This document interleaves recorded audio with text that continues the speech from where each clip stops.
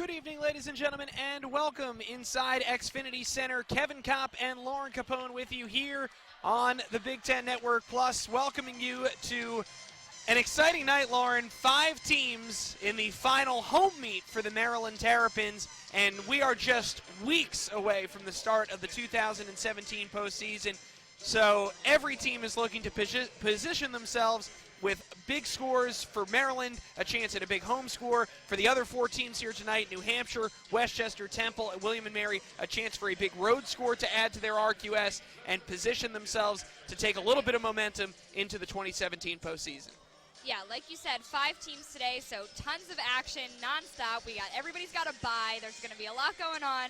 But, yeah, a huge pivotal point in the season where everyone should sort of be in their groove. There should be no more nervousness in terms of going out there, competing and being confident in what you're doing.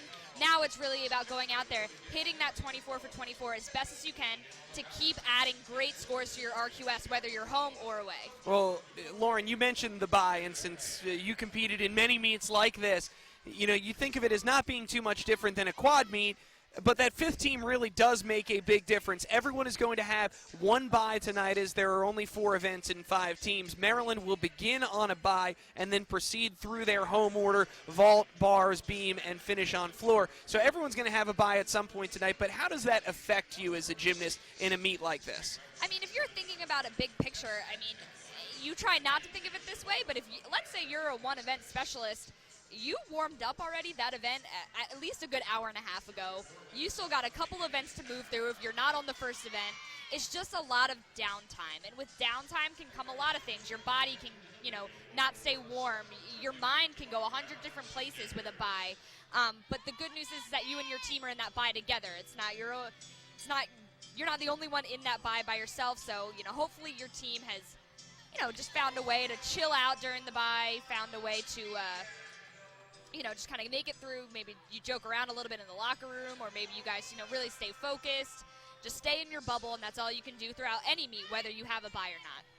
So every team has got to deal with it, and the 4 teams that are out here on the floor first, you have the bye after floor. It's in between floor and vault in the rotation. So William & Mary starts on floor. They'll have a bye in the second rotation, so on and so forth. So it'll be New Hampshire beginning on vault. Westchester begins on bars. Temple begins on beam. William & Mary on floor. So we'll have the chance to talk a little bit more about Maryland as they get set to start in the second rotation. But Lauren, let's start with New Hampshire out on the vault. This is a very impressive team. If you haven't followed them closely, you may think just by hearing the name, not a lot of name recognition, but they come in actually the highest ranked team in RQS at number 29 this season. They've put up a score in the mid-196s, 196.450, so they are having a terrific season up there in New Hampshire. Yeah, and they've got a couple really good all-arounders in Danielle Doolin, I believe, and Megan Flieger. The 2 of them have posted really strong scores across the board. They've collected tons of accolades along the way in the Eagle. They're ranked 2nd in the Eagle only behind George Washington, who has had an explosive season themselves. So the Eagles really been out there kind of putting themselves on the map and getting these big scores, above 196. That's huge.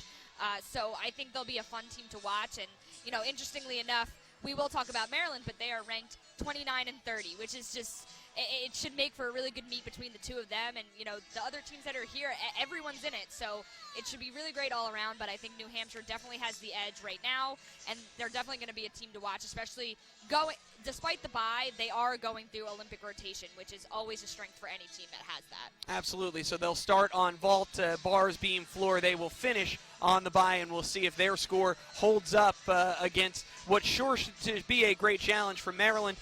We saw the last time we were here, Maryland put the pressure on number 9 Kentucky and nearly had a big upset over a top 10 team, but you're absolutely right. These 2 are separated by just 1 spot in the rankings for New Hampshire. They'll begin with Courtney Bendanza on vault, followed by Nicole O'Leary, Marissa Totsi, Danielle Doolin, Megan Flieger, and Elizabeth Mahoney in the anchor spot. Let's talk about the other 3 teams. We've got about a minute left in our touch warm-ups. Westchester, Temple, William & Mary, pretty compact in the rankings, though Temple, let's start with them on beam. They come in 53rd overall, but they've have positioned themselves incredibly well within the ECAC conference that they actually share with William & Mary. They've broken the school record for best score several times here in 2017. So under second-year head coach Umi Salim Beasley, Temple really starting to put a lot of pieces together. Yeah, really turning things around for a program that, used to struggle to go above 190 on a regular basis. And now, they've broken 194 once, first 194 in school history for them. And for them, that's not even satisfying.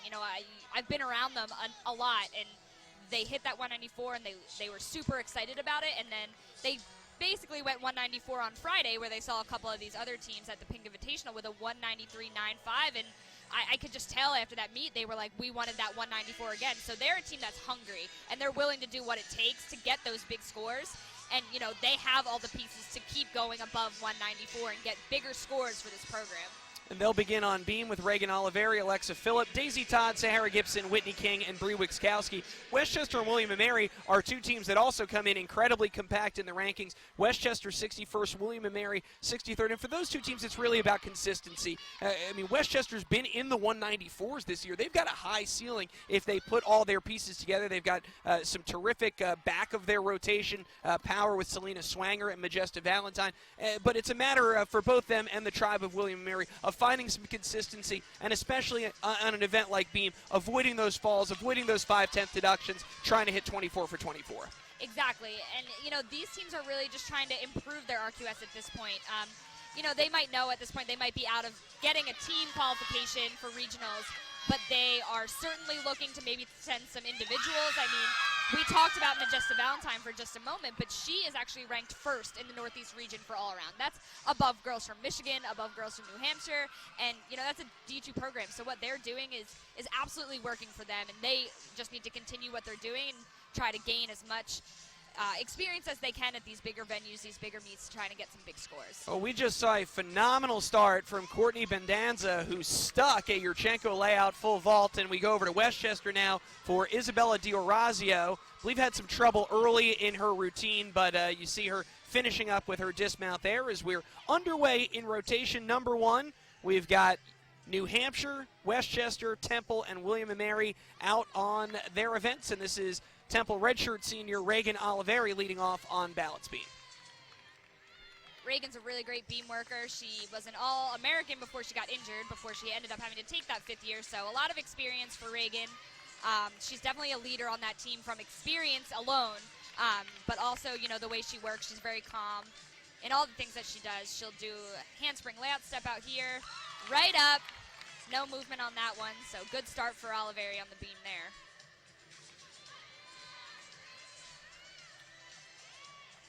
She'll go cat leap side aerial, pulls that one right up. Bendanza's stuck vault for New Hampshire opens with a 9.775.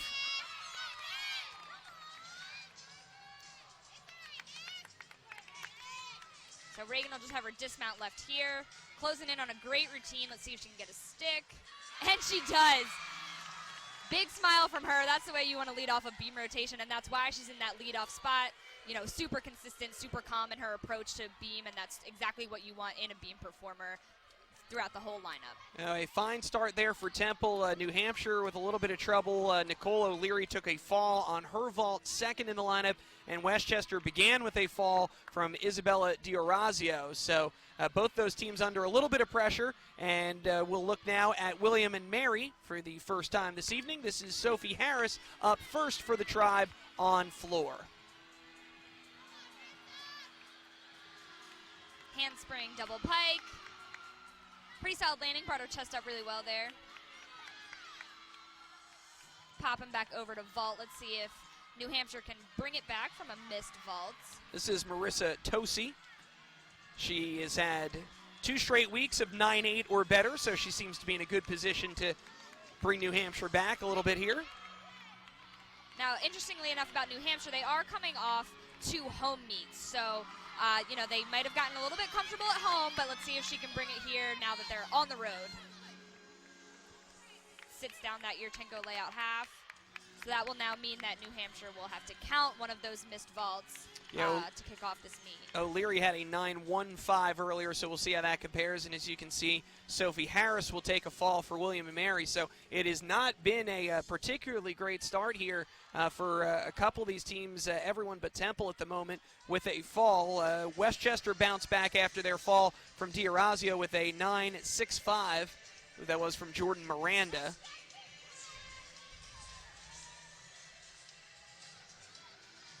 So we have a brief moment now where actually action is ceased on all four events as the judges tally their scores up.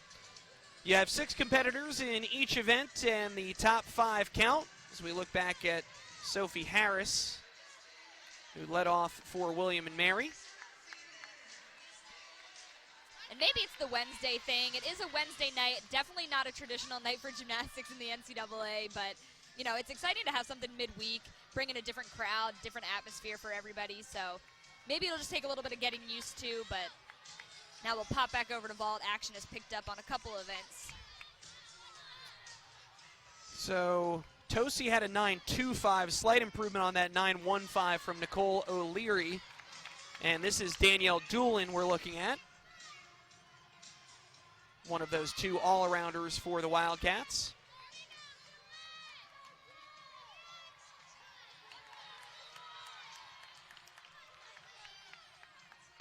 Doolin's got some really impressive gymnastics all around. She's been a really, really great mainstay for them. She's a young athlete too. So we'll see what she does here. Great Yurchenko layout full, just the hop back, way to bring it back. You know, after 2 falls on vault, which is kind of rare, I think, for a lot of NCAA teams. To see a lot of falls on vault, definitely good to have someone in there that can put up a good vault like that, really get things back on pace. And New Hampshire has been a pretty good vault team this year. Their RQS is just under a 48.9. They've gone over 49 this year with a season high 49.150, but struggling here in the first rotation. Earlier we saw Temple's Reagan Oliveri open on beam. She scored a 9.675 for the Owls. Sophie Harris, who had a fall on floor, scored an 8.975. And here's a look back at Alexa Phillip, who just wrapped up for Temple. Judges still tabulating her score as Daisy Todd, Temple's terrific freshman all-arounder, will be up third.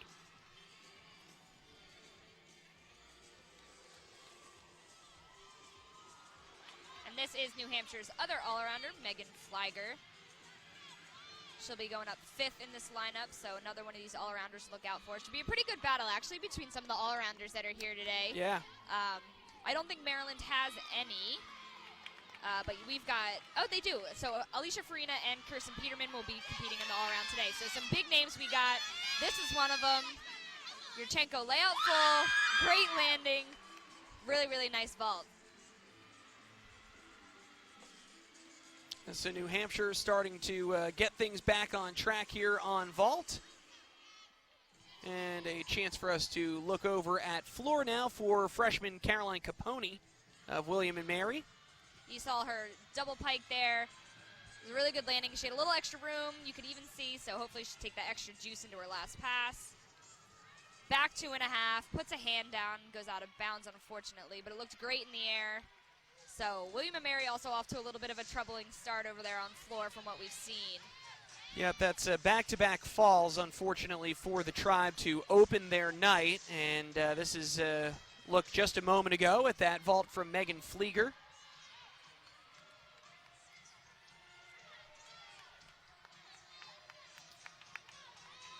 And now we'll go back to Westchester on the uneven bars.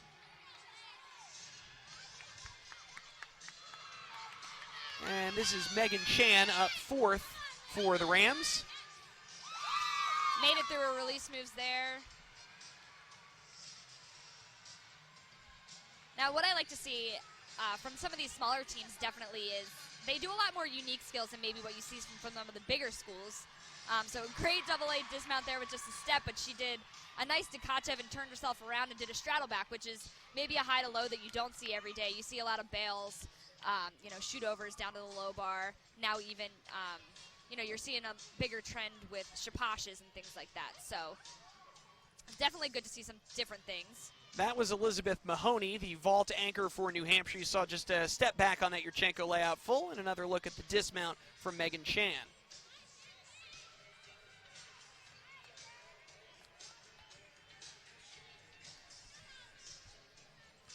And looking back at beam, this is Daisy Todd.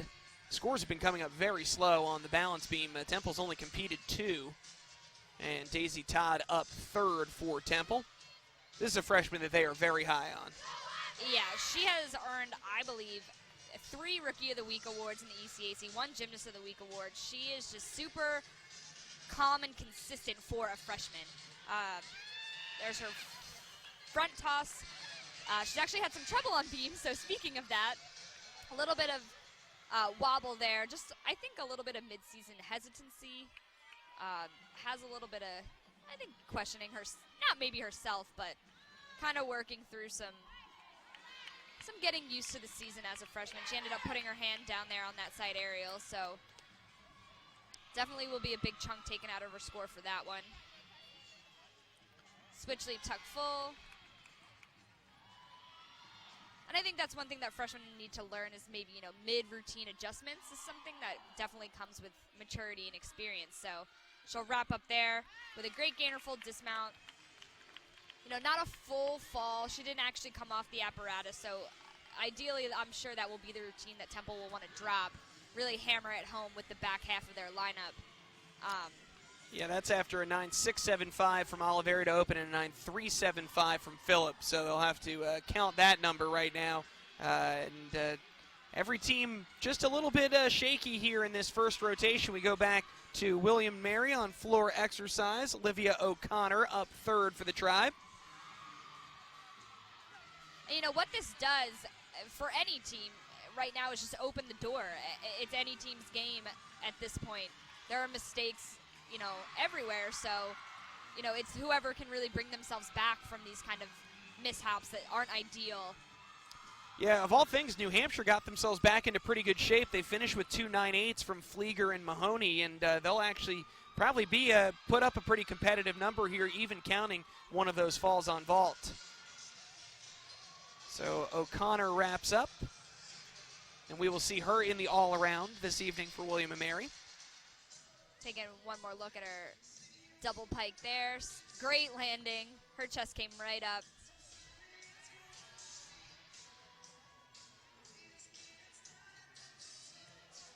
And another little dip in action here.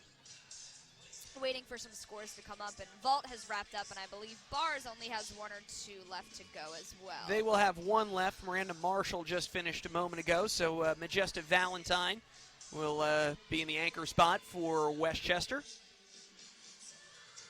And as we said before, she is an incredibly, incredibly impressive athlete. There's actually, I believe, 2 gymnasts in this arena that are nominated for the prestigious AAI award, and Majesta Valentine is one of them. So that's a huge award in the NCAA gymnastics world, and actually Megan Flieger, as we talked about earlier from New Hampshire, is another nominee for this year's group. In there with huge names like Ashley Nat, Peng Peng Lee from UCLA. There's some big names in that group, so definitely an honor to be considered for that. No matter where you're from, it's a great award to be considered for.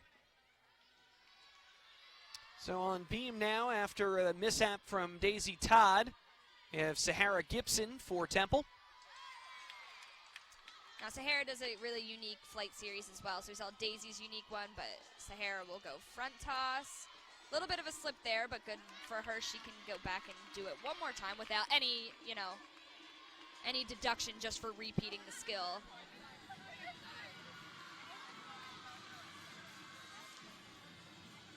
Front toss to a back handspring swing down.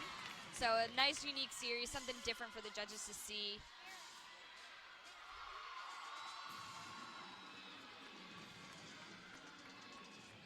Makes it through the full turn. Westchester, meanwhile, just finished up their bars lineup, and they'll get to drop that early fall from D'Orazio, the 8.825. So that's a big break for the Rams. Some great jumps there from Gibson, and now she'll just have her dismount left. Gainer full off the side, and a stick. So save some tenths definitely there with that stick. She might get a couple tenths off just for maybe a little rhythm deduction for doing that skill twice. But great to see that she was able to get through that routine, get her connection, and kind of get Temple back on a better pace. Yeah. Taking another look at Majesta here.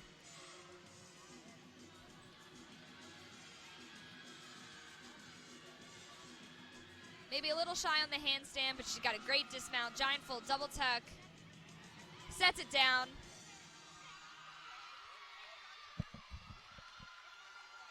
And this is Aaliyah Kerr from a moment ago.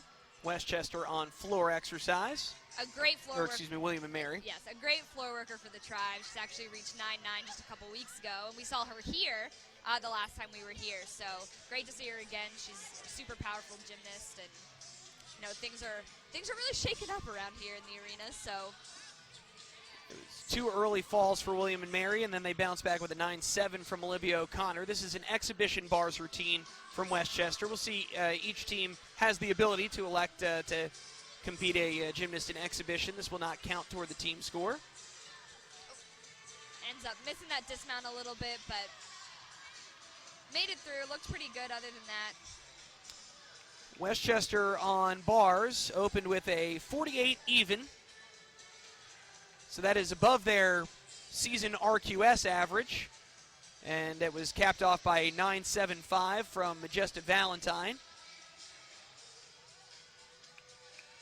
That puts them 3 1/4 tenths behind UNH, who opened with a 48.325 on vault, as we go back to beam for Whitney King.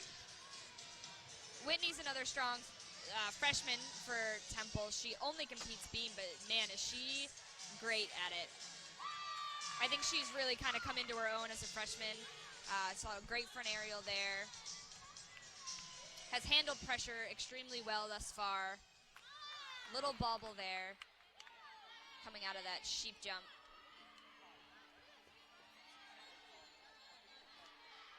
She'll go for her flight series here. Handspring layout, step out right up.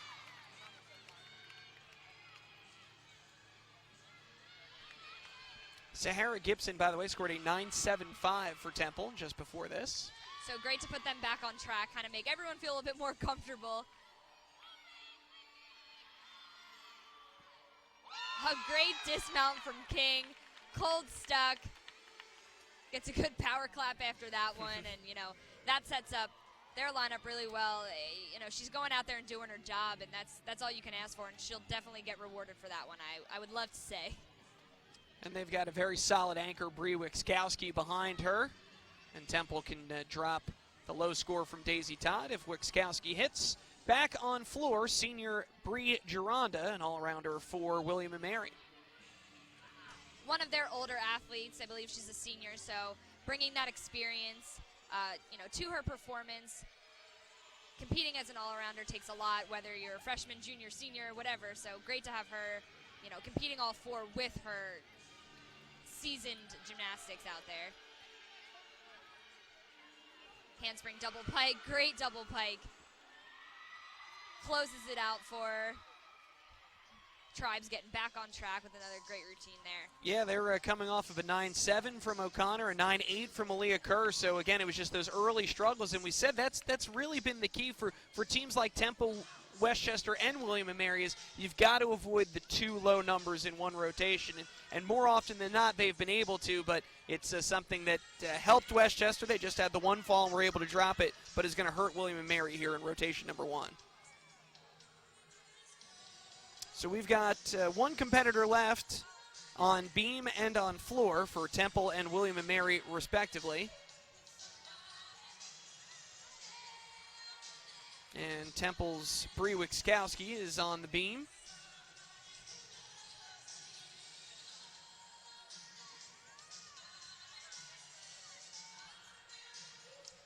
Opens up with a handspring layout step-out series there. A little tiny bobble, but a great save, actually. From the angle we're watching at, you could actually see her foot almost missed completely. So good on Bree for staying on the beam there and really fighting for that.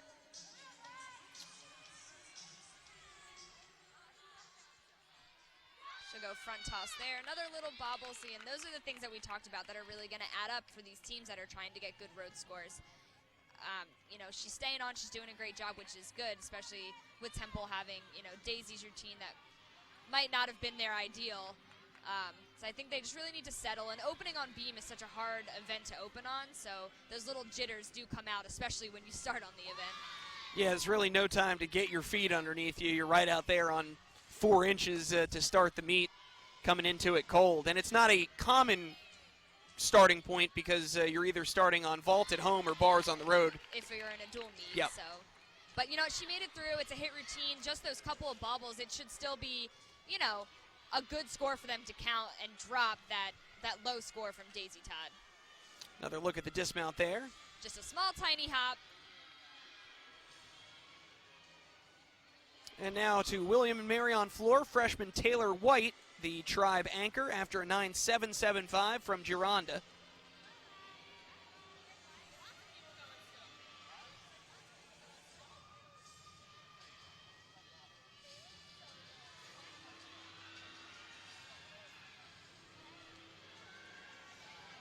Round off handspring double tuck. A little bit of a low chest. It seems like she kicked out a little bit early on that, but made it through. Wrapped it up. Really found a good way to bring William and Mary back on that event. And hopefully only have to count one of those lower scores with another hit for them in that anchor spot. Yeah, certainly a nice job to pick it up after it really could have gone off the rails early for the Tribe. Getting one more look here at her double tuck. So great height, but just a little bit of shape on the landing. Could have cleaned that up a little bit. It'll just be a few tenths, but a great ending there for the Tribe. So Temple's score comes up at 9.55 for Bree Wixkowski, and the Owls open with a 48.075, a little below their season RQS. It puts them ahead of Westchester by 3/4 of a tenth, and right now New Hampshire leading with a 48.325. We're getting the numbers in for Taylor White in the anchor spot on floor exercise, and we'll have an exhibition on beam for the Owls.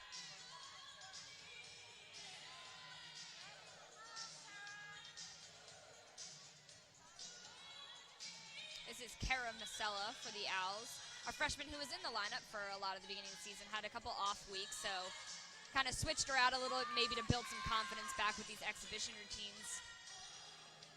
Great series there. She's got a lot of confidence throughout her entire routine. Really works, fingertips to toes. Gets to her leap series.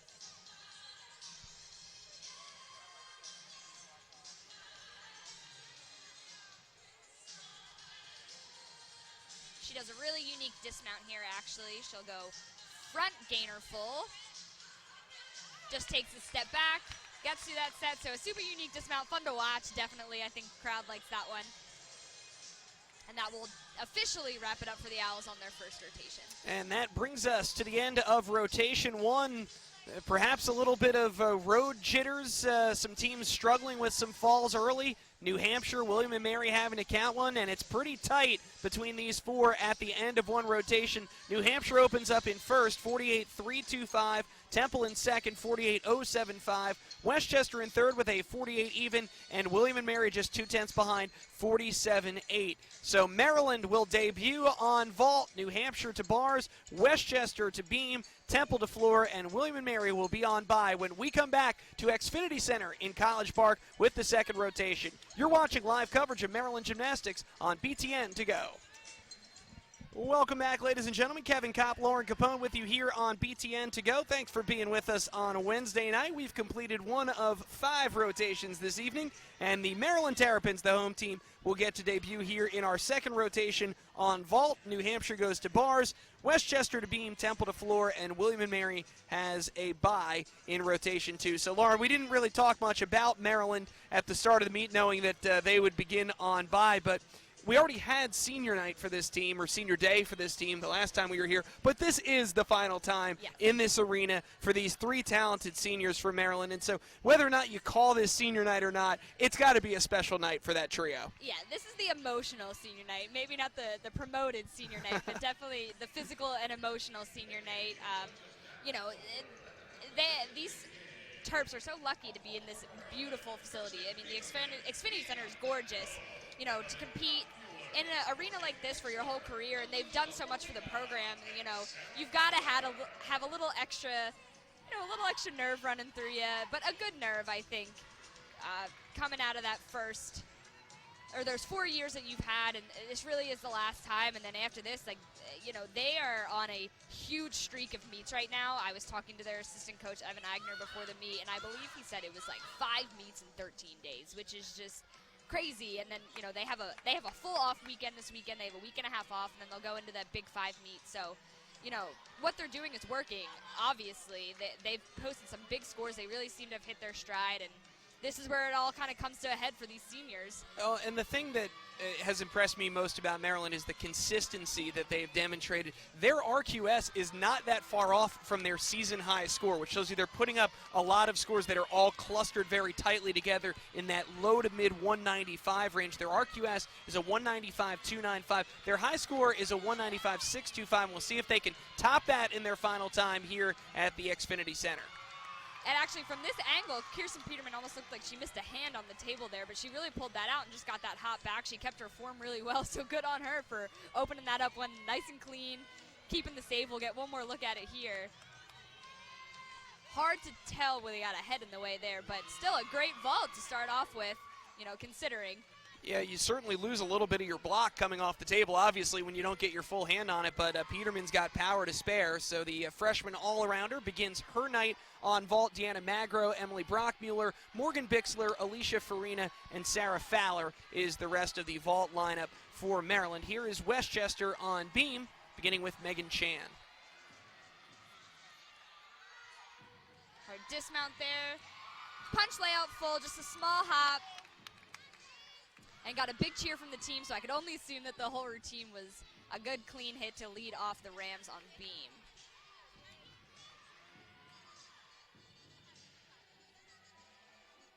Looking at Deanna Magro, who will be up second for Maryland. The other impressive thing about this Terrapins team is they're so young. They've got 4 freshmen in the vault lineup, and they rely on freshmen all over, and she's a talented one, Magro.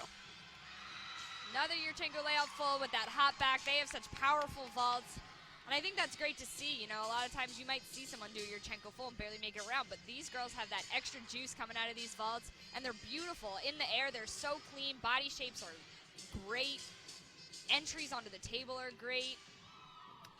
So they're going to roll through this vault lineup for sure and really take advantage of what they've got. Peterman started for Maryland with a 9.725, and that was Magro in the second position. And as we talked about on the break, with some of these slip-ups that we saw during the first rotation from every team, Maryland has the door wide open for them to come in and take this meet, get a small upset. I mean, UNH is only ranked one position above them, but bump them over that. Maybe they'll hit over that 196 mark. Now would be the time for them to do it easily. Yeah, and the key for both Maryland and New Hampshire is less about what happens tonight, obviously, and staying in that top 36 in RQS, which gets you to regionals as a team. Maryland has a very proud history of making regionals. They're trying to get back there in 2017, and they've certainly put themselves in position to do it, ranked number 30 right now this season. And tonight is actually their Pride night, so I just need to make a small note about these gorgeous leotards that you are seeing on the screen. It is the first time they're wearing them this season. I think if you follow them on social media, they just did a release of it either last night or 2 nights ago, so they're brand new. In person, they are breathtaking. So for all the Marylanders out there, you got to give shout-outs to this leotard because it is amazing. I couldn't have said that any better myself. They always do the Pride leotard, and I love it. I wish other teams could do it, but other states just aren't as cool. A huge Yurchenko layout full from Emily Brockmuller to kick off her final meet here in Xfinity Center. Nearly gets the stick on that one. And again, you see this showcasing of that great body position that all of these Maryland gymnasts have. So 3 vaults down and 3 to go. And we'll see Brockmuller again for Maryland on floor in the final rotation of the evening, but she is pretty darn fired up after that vault. Westchester on beam. This is Rose Wortman. after an opening 9.675 from Megan Chan.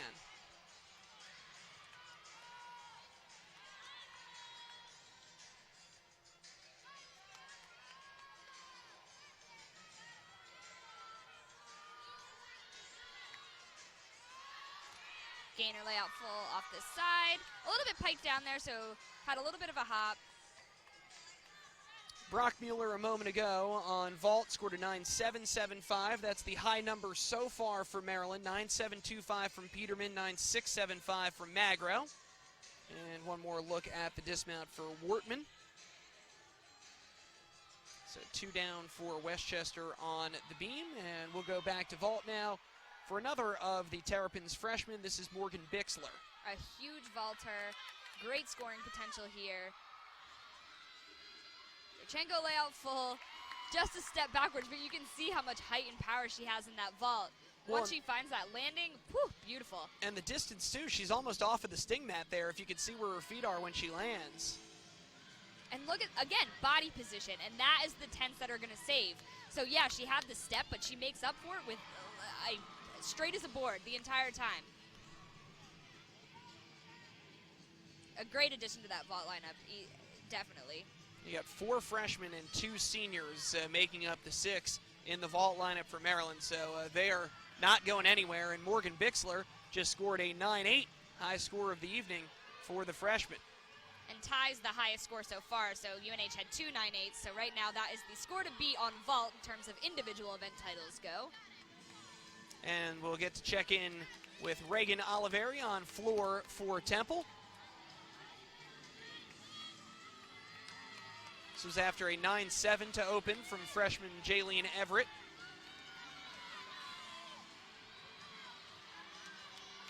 She's got one more pass here.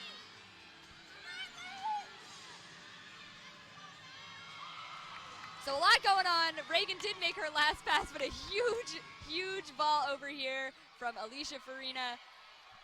They are growing through this rotation, and that is what you want to see. Get one more look at it here.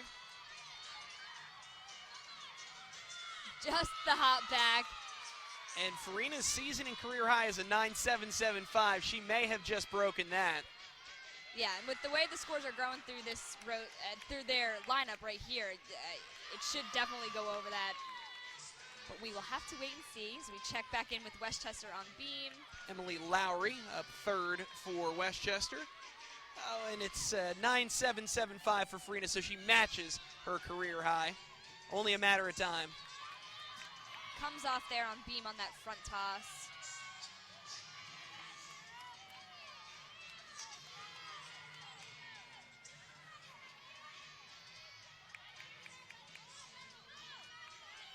And I know that Westchester's probably going to be chasing Temple a little bit. I think that's a little bit of a seasoned rivalry at this point. They see each other a lot, so those are the kind of things Westchester's going to want to avoid. But she'll get back and try to fight for every 10th. I mean, when you fall at this point, there's mistakes all over, so you just got to get what you can. Sarah Fowler just had an incredibly high vault for Maryland. Looked like a little hot back on the landing, but probably the biggest vault of the 6, and we'll get another look at it here. And she's been so consistent on this event. Yep, just the hop back. So consistent in that anchor spot.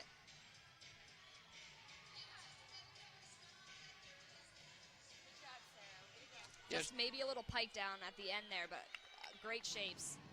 Yeah, you mentioned the consistency. Fowler has had a 9.75 or better in every meet but one this season.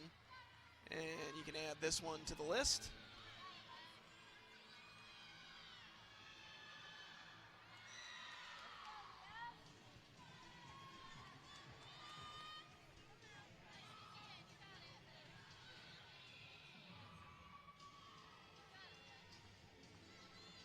And it looks like we're going to get an exhibition vault from Maryland senior Leah Slobodin.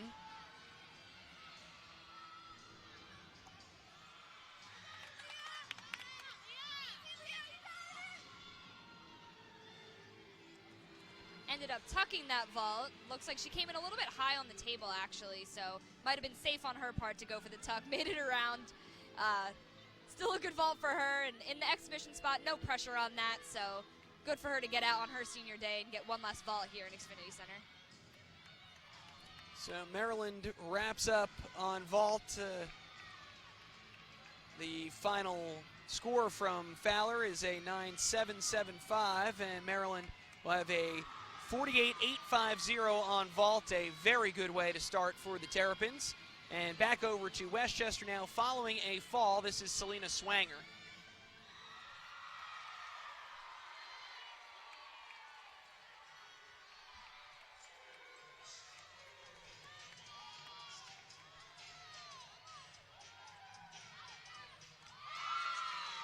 Just to catch you up on some scores from New Hampshire, who we haven't seen, they've posted some good numbers, a 9.6, a 9.7, and a 9.75.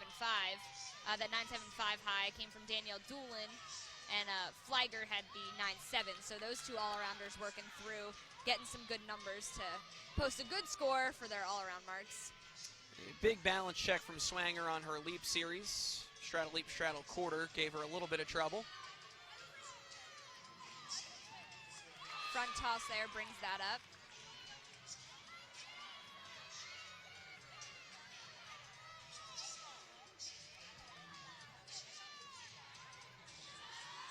Punch full with a stick, so get some of those wobble tents back with the stick. And that's great fight following a fall, too. That was the last thing that the Rams could afford was dropping back-to-back beam routines. And to their credit, they bounced back with 5 hit bars routines in a row after an early fall there. And Swanger shows some toughness after a 9.15 from Emily Lowry. Good numbers before that, 9.675 from Megan Chan and 9.525 from Rose Wortman. Going to check in with the New Hampshire Wildcats on bars.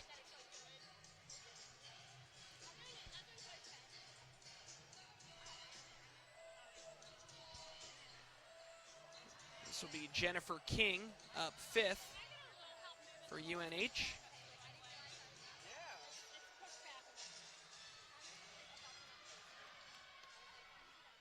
And the high score for New Hampshire on bars actually came from their opening routine, Danielle Doolin with a 9.75.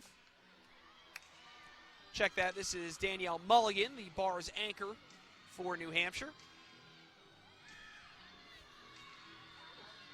Some super unique, she went eagle grip giant into a piked Jaeger directly to shoot over. A little split screen action with Sahara Gibson on the left side of your screen. And Mulligan finishing up on the right. With a huge dismount and a stick. That was a huge routine for them. That should definitely put, I would definitely say, a score over 9.8 in their list. Gibson nails that double tuck. I believe she's coming off a 9.75 on the floor from Daisy Todd, which is, I think, her season high, well, also career high, because it is her first season. So a big comeback for her after a missed beam routine to kind of gain some of those points back. And this will be Gibson's last pass. And also sharing the screen over there with Westchester on beam. That's Sarah Boyd. And another hit for Temple there on the floor. Great Rudy to close things out from Gibson. She'll have herself a little dance party over there now.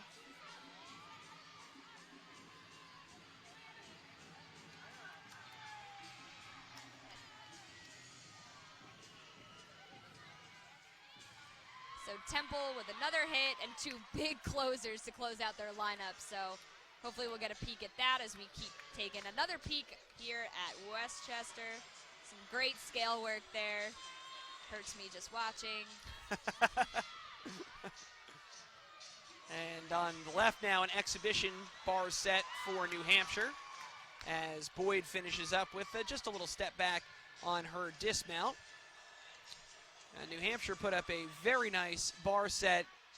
Lauren, you said higher than a 9.8 for Mulligan. It was a 9.925. I told you. Big number there for New Hampshire. 48.825 on bars for the Wildcats, and just the bounce back they needed after an uncharacteristic start on vault with a 48.275. So they're not going to let Maryland just walk away with this one tonight.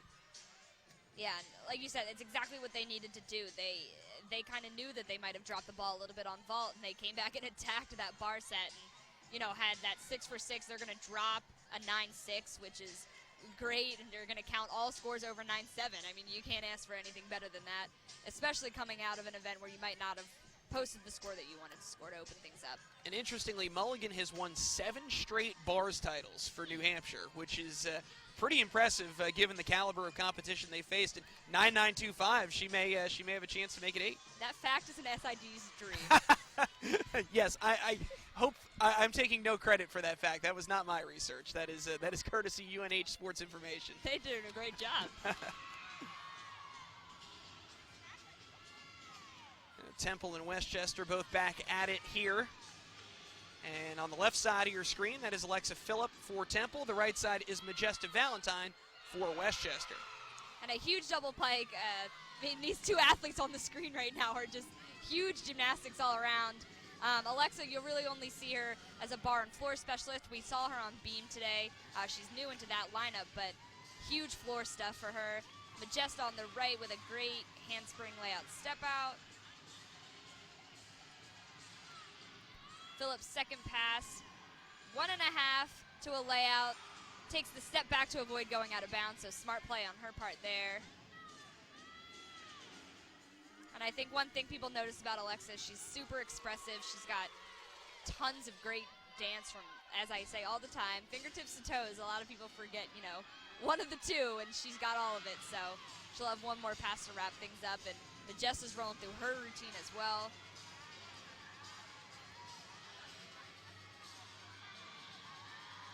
Super unique dismount from Majesta with a stick. Alexa comes up with a great last pass. So much for all the falls we saw earlier. Now our people are just crushing it on this split screen. And another hit for Temple comes in. And Temple has really done what you want a lineup to do, and that's build scores nicely. They started with 2 9.7s, followed it with 2 9.75s. Now you give Phillip and Brianna Odom, who is the floor anchor for Temple, a chance to build on that, get into that 9.8 range, put up some of those big numbers that are going to get you back into that 194 scoring range. And as we would expect, a great routine from Majesta Valentine on beam. She hit her season high 9.875 last week for the Rams. And just as Kevin, you talked about building scores, I believe that Alexa Phillip over there went 9.8, so climbing their way up half-tenth by half-tenth, leaving no pressure for Brianna Odom in that anchor spot.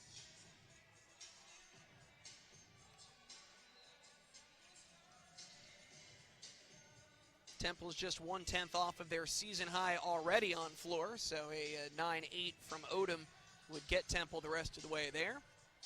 And it looks like a 9.8 is the score for Majesta Valentine. So again, Westchester doing their work to avoid counting those falls. Actually a 9.775 for Valentine. And a 48.250 for Westchester on the beam. So a great rotation for them. You know, like we said, that first rotation saw a lot of hiccups from some people. So everyone's kind of doing their due diligence to get back here now and doing a great job of it. So we have one competitive routine left in this rotation, and it is Temple's Brianna Odom. And she's on the floor now for the Owls. Little bit of a homecoming here for Bree. She's from Waldorf, Maryland, so not too far. It is a Wednesday, so I don't know how many local friends and family she got to come down on their Wednesday night, but hopefully some. Opens with a huge punch front double full. Just took a step out of it. It's a huge pass to open up with.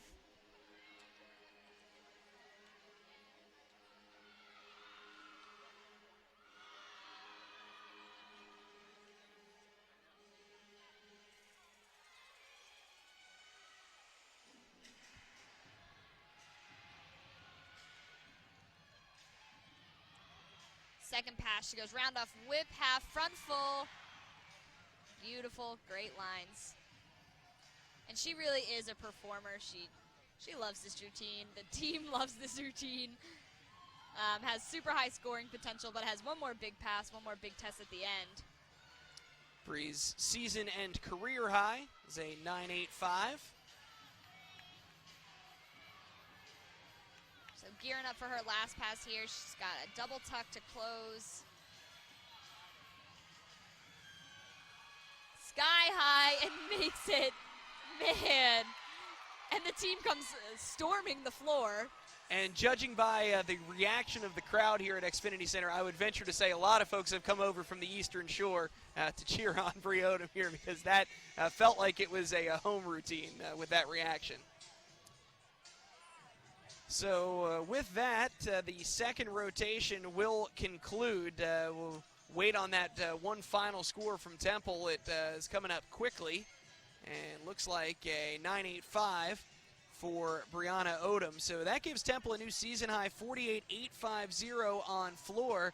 They actually pick up a quarter tenth on New Hampshire and match what Maryland did on vault. So Temple has got to be happy with that, but the Terrapins get the night off to a fine start with a 48.850 on vault. And then of all the teams that have competed, two events right now, it's New Hampshire in the lead, 97.1 for the Wildcats.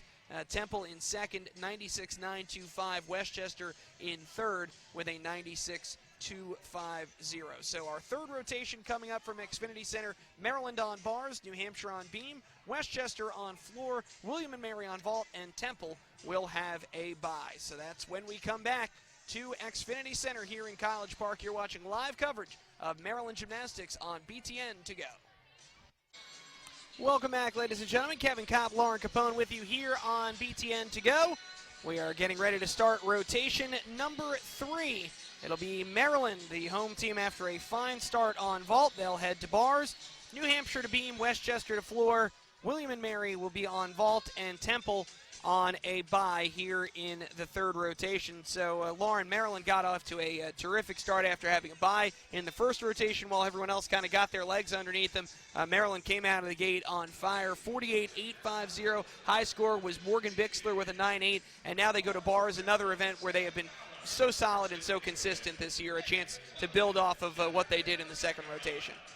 Yeah, and they've had some girls that have had some serious scores. I believe a couple of them have gone 9.9 or at least 9.85 a few times up throughout the season. So, and those were road scores. So, thinking about that, now is the chance for them to really, really capitalize on the momentum they've built with this super jam-packed 5 meets, 13 days, all coming to now this final home meet to really take advantage of it and make it a home run bar rotation. One of the things about the 5 meet, it is very hard to compare scores because of the bye. Teams have competed an uneven number of times, but Maryland in fine shape right now, and they'll get it started on bars with the senior Sarah Fowler. So far, so good. She went, giant fold to that Tkachev, down to low bar, bailed right to handstand. Right now, the focus is going to be handstands and dismounts.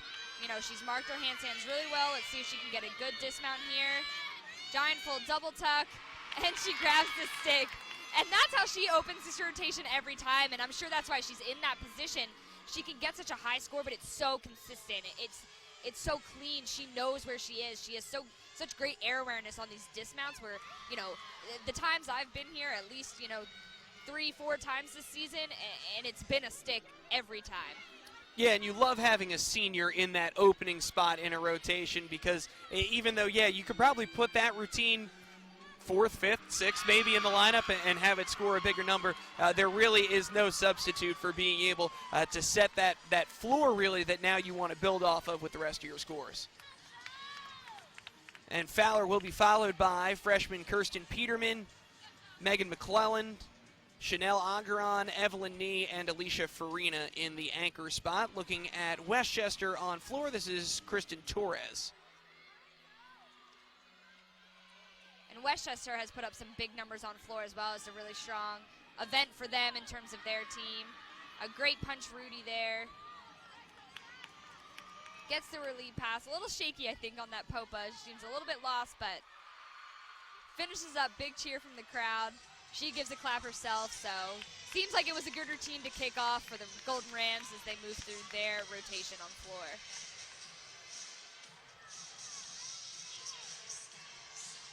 Kirsten Peterman will be up second for the Terps here on bars. Blind change Jaeger, and it's great to see her catch it. I actually saw her miss it maybe once or twice in warm-up, so seemed a little far over on that bail. She had to arch a little bit to make sure she saved herself. but still working through. Didn't slam her feet or anything on that kip, so just a dismount, double A, and a stick, so picked up some tense there. You know, the only thing I really saw was that shoot over. It was a little shaky, but a great second routine for them moving through the lineup. Boy, she had so much air underneath that dismount. She had all day to spot that landing and absolutely plan it. We'll get another look.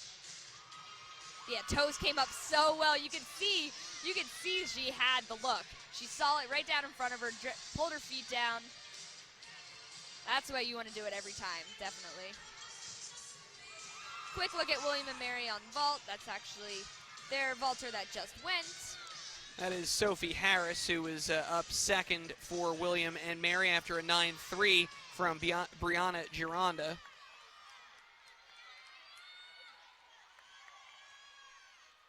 And catching up on the Maryland scores, Fowler opened with a 9.775 on bars. And waiting on Peterman's score from just a moment ago.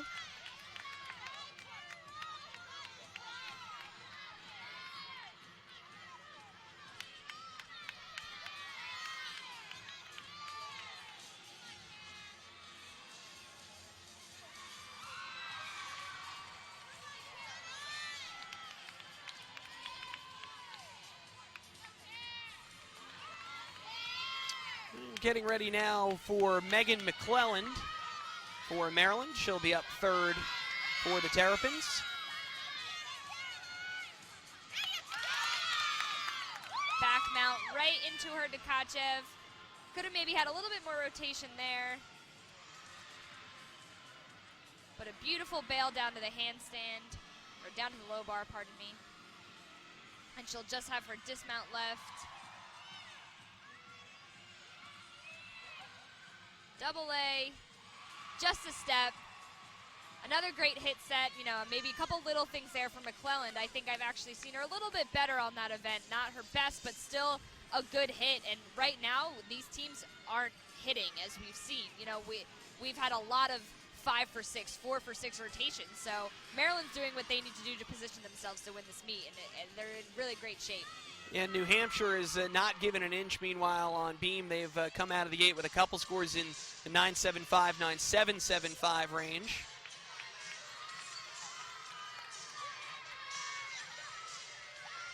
So we could be heading for the close finish that we've talked about between Maryland and New Hampshire.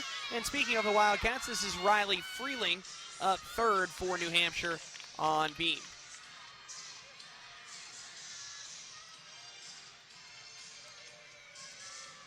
And I think this is an event where New Hampshire really shines. They're so consistent, solid, just super impressive with what they've done on this event. It's not an easy event to master, and they certainly have done it. Yeah, their RQS is just a shade off of 49. Their season high of 49.175 on beam. She got a nice dance series there. She went switch leap back tuck, straight up, no wobbles.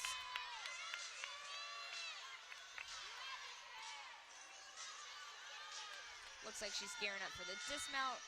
Round off 1.5 and a stick. So that should be another huge score for them as we flip back over to bars for the Terps. This is Chanel Augeron. Blind change Jaeger came in a little close, but makes it through. Beautiful pack down to the low bar. Love that skill. And she'll just have her dismount left.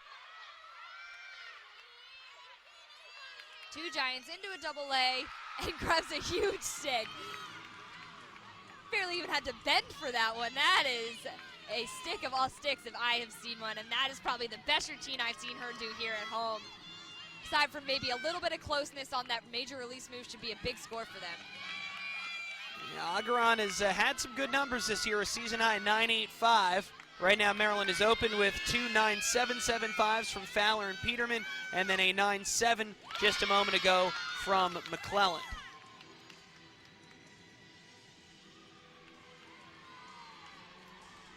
Take a look at floor, back over to Westchester for Emily Lockery.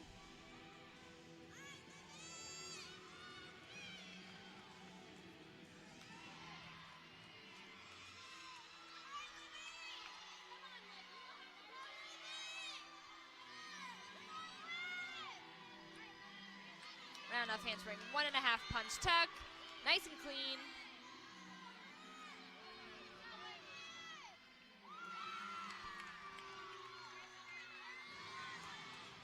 Westchester opened with a 9.7 from Kristen Torres and a 9.55 from Cassandra Hageman. And now back over to bars for Evelyn Nee of Maryland. Blind chain, straddle Jaeger, huge Jaeger, great space on that one. Another pack salto down to the low bar. She'll circle up, go right back up to the high bar. Just gear up for her dismount. She'll go 2 giants, full out, and grabs another stick. And I think head coach Brett Nelligan might have just lost his mind, because I think he loved that routine more than anyone in this arena, and rightly so. That was a really great set. They're really building in this lineup, and let's take one more look at that dismount. A great celebration from the whole team. Head coach included. Yeah. Since we've seen the single fist pump down, but that was the double fist pump up. Double fist pump up from Brett Nelligan, and you know what? I need someone to do that when I do something exciting in my life. Lauren, the next time you call a good routine, I'm going to do that for you right here. All right. For anyone in Xfinity Center, get ready. It's going to be a show down here next to the vault runway.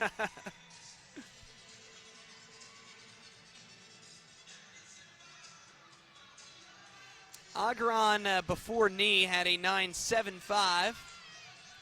And the score for Evelyn Nee, they never do want to turn it all the way around, so we'll get that momentarily. And Alicia Farina, meanwhile, will wrap up on bars. The talented freshman all-arounder for Maryland, and here she is. She'll go blind change right on top of the bar. Huge straddle Jaeger. She had full extension on that. Great to see. Bail down to the low bar. We'll see if she can put together a nice solid dismount here. Looking like she's got the power. Double layout. Woo! Fought for that stick. They might give it to her on that one. That's what we like to call a good old college stick, sliding that back right into the finish. But that's a great routine. She's got huge release moves.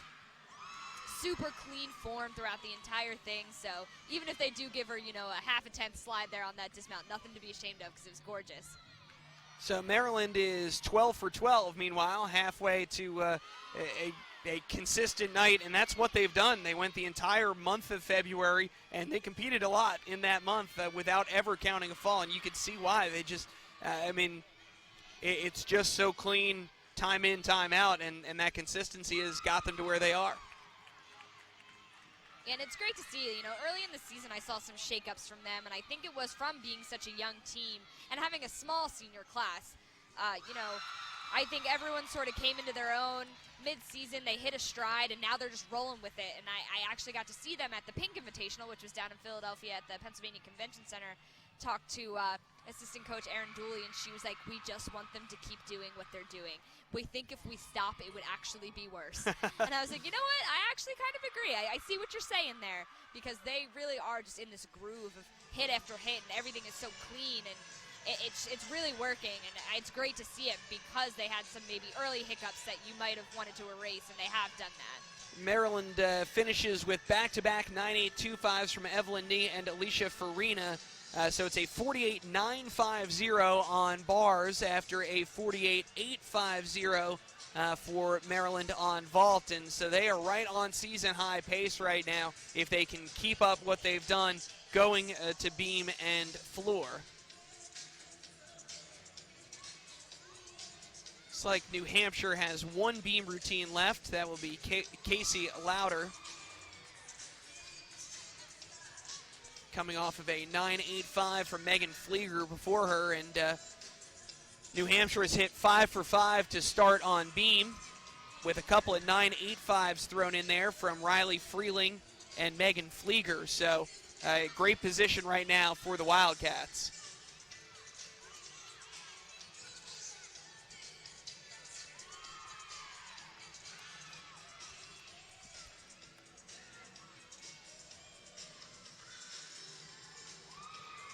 Super solid for an aerial there. Not a budge, which is really what you want to see. and no hesitation. Handspring, layout, step out. Not a budge. And, you know, the way I've seen these Wildcats attack these routines is just, I think, really what stands out about this beam rotation and their lineup. There's no hesitation for half a second for anything that they do, and then everything's super clean and there's no wobbles. So cartwheel, gainer full with the stick, and, you know, that's going to keep climbing those scores. It's almost, you know, you can't even put words to it because it's just so perfect, but not perfect in the sense of getting 10, but it's just, it is what it is, and they know what they're doing, and they attack it, and it's beautiful. And they go now from beam to floor. After a great beam set, they go right to floor, which has statistically been their best event this year. So New Hampshire's in good position to recover from some early struggles on vault. As we go over to Westchester, and on floor, this is Selena Swanger. She just finished up that front layout, front half. Madison Brent right before Swanger had a 9.8 for Westchester. Switch side Popa, nice and clean there.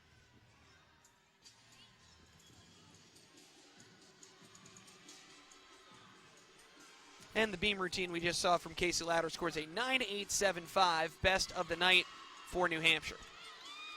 That was the front fold tuck there from Swanger to close out her routine. Great set from them. They've had a great floor set rotation over there. Through and through, they've been doing really well. So we'll flip back over to beam. And we've got an exhibition routine here for New Hampshire. We'll have one more competitive routine from Westchester's Majesta Valentine before we hit the end of rotation number 3. Had a little bobble over there on beam. Looks like she's going to try again. Pulls it up. Front aerial back handspring series. Super clean there on the second try. You know, we saw Sahara Gibson do that earlier, so, you know, gymnasts are not allowed to do the same skill 3 times. So 2 is fine, 3 is a little bit of a deduction for you in your routine. So luckily she's skate-free on this one. Front toss, a little bit of a balance check.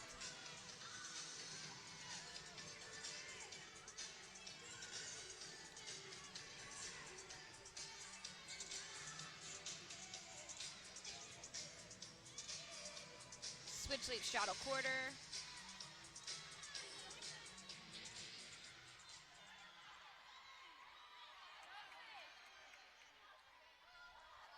Another cartwheel gainer full off the side. Gets the stick, so saves a couple tenths there from those bounce checks. A good exhibition for them. Good to get out there. Even late in the season, you never know what's going to happen with these last few meets, so good for her to always be ready to go out there and get a hit set. And now, finishing up for Westchester on floor exercise, Majesta Valentine. Who has the potential to score huge.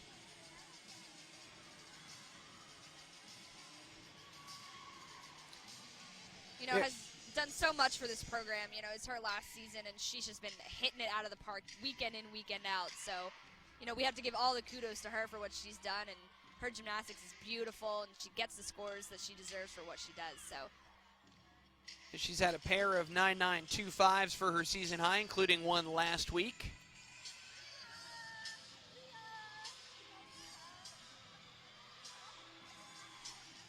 Best rotation of the night so far for Westchester. They've already hit 5 for 5, 48.325 already, and Valentine will surely improve on that. They can drop a 9.55.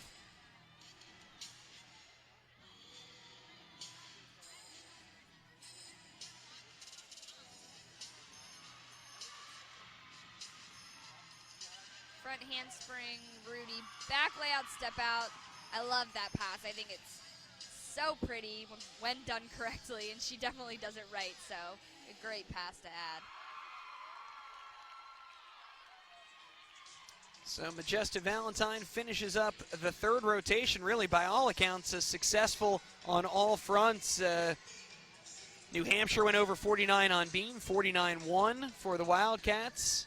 Maryland improved on bars, just missing that 49 threshold, 48.950, but the Terrapins stay on season high pace, and Westchester has their best rotation of the night as we get the scores coming up for Majesta Valentine.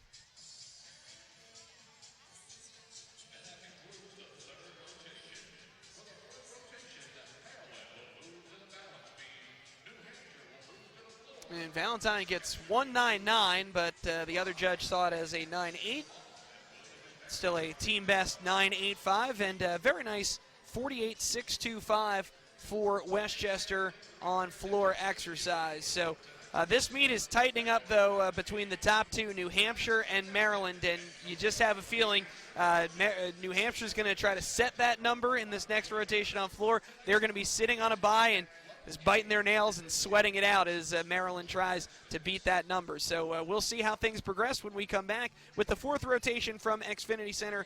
Maryland on beam, New Hampshire finishes on floor, Temple on vault, William & Mary on bars, and Westchester will have a bye. You're watching live coverage of Maryland Gymnastics on BTN to go.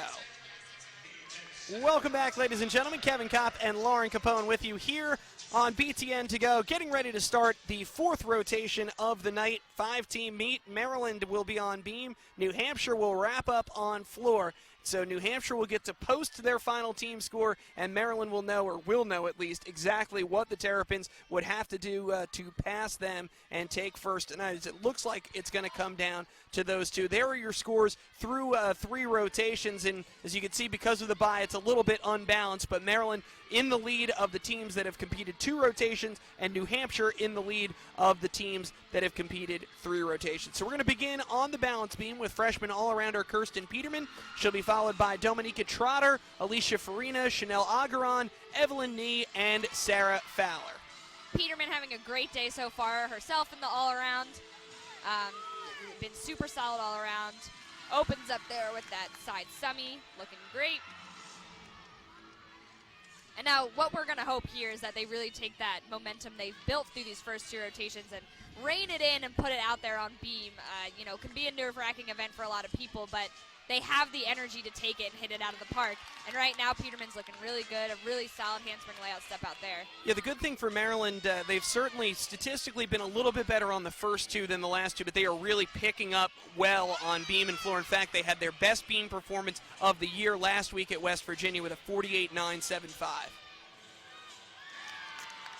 Great leaps there. And Peterman, I like, she's got great difficulty in this routine. Out of Canada, she's really brought a lot to the program so far now that she's settled in. She'll go round off, double full dismount, just a small hop, a great, great start for the Terps on beam. Isn't that such a big part of Maryland's strength is the talent that they have in the opening spots in each of their lineups? Easily, yeah. It's hard to come by a good leadoff. And a leadoff, as we've talked about, through a couple routines and a couple different teams, is such an important position because of how they set up everybody else. It's a calming factor for everyone else. The first routine you're watching and you're like, all right, how is this rotation going to go for us today? And, to have someone out there and hit it out of the park like that, it puts everyone at ease. Staff, other competitors, the other girls on the team who aren't on beam, everyone just sort of has that collective sigh of relief, I think, after the first girl is able to go out and get a great routine to lead things off. Speaking of great leadoffs, New Hampshire on floor, Leah Breeden began with a 9.85 in the opening spot for New Hampshire on floor exercise. So that really sets the tone as well for the Wildcats as they try to finish strong. Getting a quick look at the celebration here from Temple. Jaylene Everett, you'll take a look at her vault again here. Nice Yurchenko full. Nice straight body, just had a small hop, brought it up. She's stuck that a couple times, so would have loved to see that, but a great, great vault for her. And that was after an opening 9.8 from Brianna Odom for Temple. So the Owls are cruising as well after some early struggles on beam. Back to the beam, and Dominica Trotter, the junior for the Terrapins.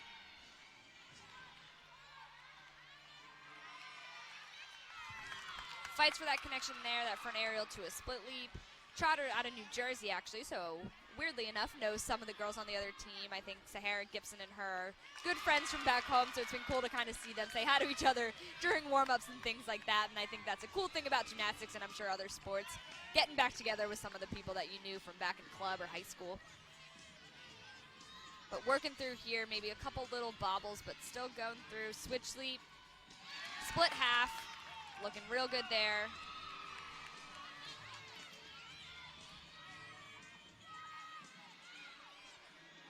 Just her dismount, gainer pike off the end. Just a small hop back, so another hit routine for the Terps rolling through. 2 up, 2 down. After an opening 9-8 from Kirsten Peterman.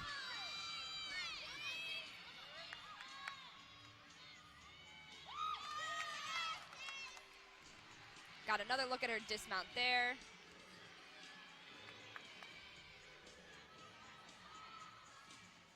Nice work there from the junior, especially for being a specialist on that event. She does a great, great job.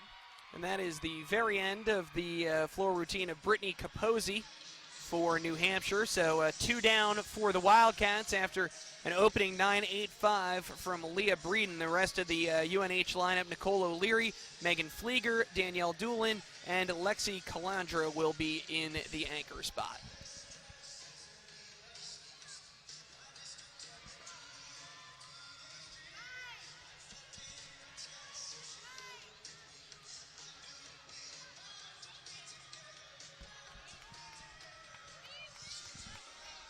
A little delay from the judges on beam. At least the judge nearest us had a start value issue on Trotter there, had her at a 9-9 start value. And the other judge with the 10-0, so file that one away. That may get inquired on. As it stands now, it's a 9-6. Yeah, and that could come down to some of those things I saw, like a slow connection. You know, one judge might give it, one judge may not. So that's where those discrepancies come in, but that gives judges the opportunity to inquire, as we have noted, kind of fill that in and say, listen, this is what she did. She did connect it, should be a 10-0. Let's try to get that 10th back. But they're actually conferencing now in the middle of the beam with the meet refs, so hopefully they'll figure it out. No inquiry will be necessary to keep the process moving along. Yeah, and that's one of the tough things on beam when you talk about those connecting elements is just how long is too long in between those two.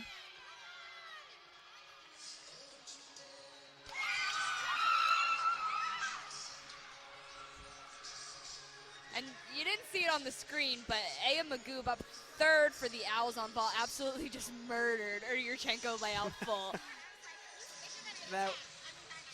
That was... Yeah, Temple is a team that, again, a familiar refrain for a lot of these teams here. Struggling in the first rotation. They did not look their best on bars, but they have picked it up, coming off of a 9-8-5 from Daisy Todd, who does have a 10-0 start value vault, and Magoob is going to be right back in that same range. So the Owls are trying to throw their hat into the ring here up with Maryland and New Hampshire. And this is the Temple's vault team that has set the new program record for that event. They've set the overall team record, numerous times, but vault is actually the only event that they have set a new individual event record. So they're a really fun rotation to watch. If you ever get to check them out, they have a huge vault lineup that's probably never been seen before at Temple. So after a long, long delay, they do stick with the 9-6 for Trotter. And Alicia Farina, the freshman, will be up fourth.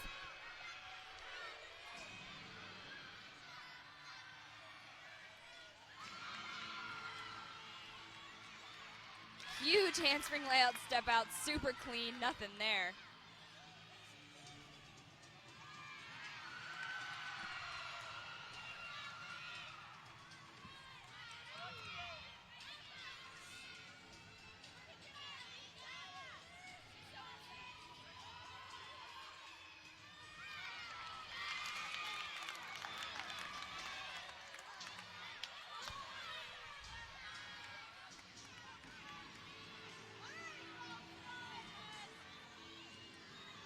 Side aerial right up.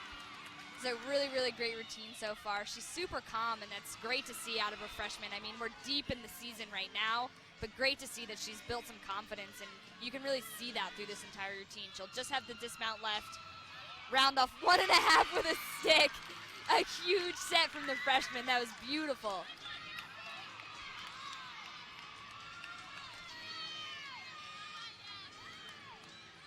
We have talked about it several times, but these freshmen for Maryland, I mean, what they've done this year is spectacular, but this program is in really, really good shape moving forward.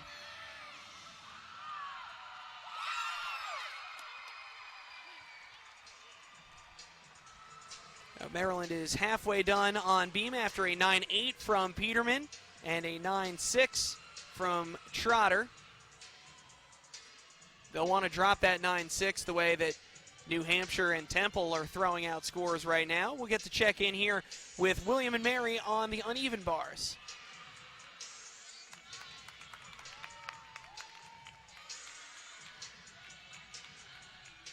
Got set here. I believe this is Brianna Gironda up now. Trying to mark those handstands, fighting for all those 10s, gearing up for her dismount. Double A, and she gets a stick. That was actually a great set over there from the Tribe. Alicia Farina scored a 9-8 on beams. That's 2 9-8s already for Maryland. Trying to keep it going, Chanel Agaran. Yeah, and moving into the back end of their lineup, that's great to see. Agaran, a great beam worker. You know, there hasn't been a lot of variety actually changing up their lineup on beam, so that's really good to see. I think everyone's settled into their positions pretty nicely. Pulls up that handspring layout, step out, kind of takes a step out of it. Pulls through the full turn.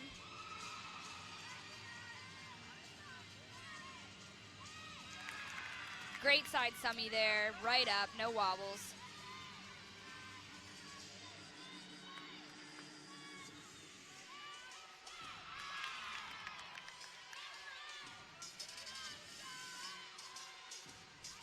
I believe she'll just have the dismount left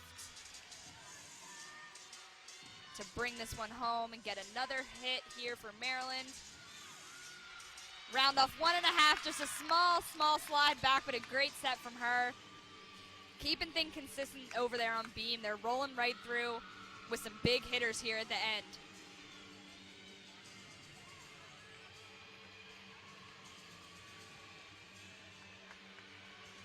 New Hampshire, meanwhile, with a pair of 9.85s and a 9.7, doing the same.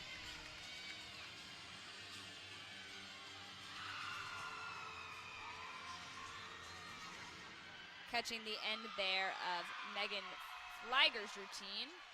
Fired up about that one. So that's 4 down for UNH. They'll have Danielle Doolin and Lexi Calandra, really talented floor workers, both. Getting the scores now for Agaran. And it will be a 9.825 for Agaran, so that's the high number of the night. And she improves by 1/4 of a tenth over what she did last week, which is good to see. Evelyn Nee getting ready to go 5th for Maryland. And Flieger, who we saw just a moment ago on floor, gets a 9.85, so that's 3 9.85s already for New Hampshire. And they are not making it easy on the home team here. Certainly not. And, you know, they're doing exactly what they need to do to kind of take this and continue on their solid 196 route. But Nee here looking great.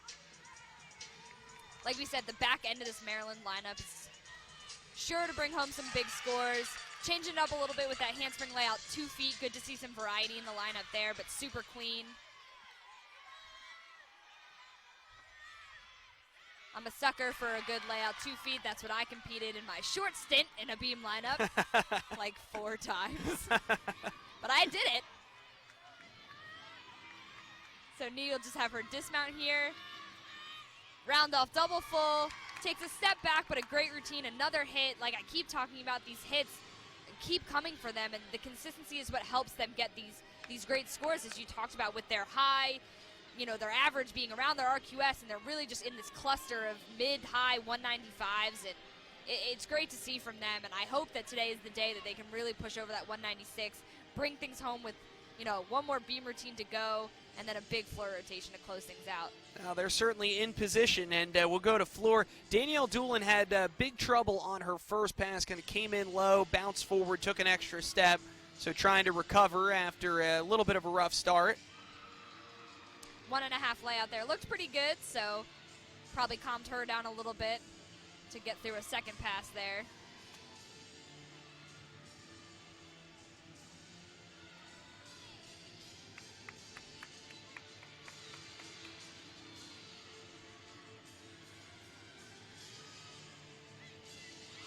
Huge double tuck. Definitely save some tense on that one. It was sky high and not even a one step back was they are allowed to take.